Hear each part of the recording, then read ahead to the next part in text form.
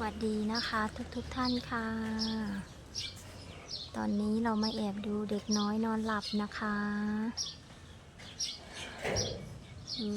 ดูท่านอนค่ะทุกคนคุณแม่ไม่ออกห่างเลย คุณแม่ก็ยืนกอดตัวลูกชายไว้นะคะ ส่วนลูกชายก็หลับปุ๋ยมีตา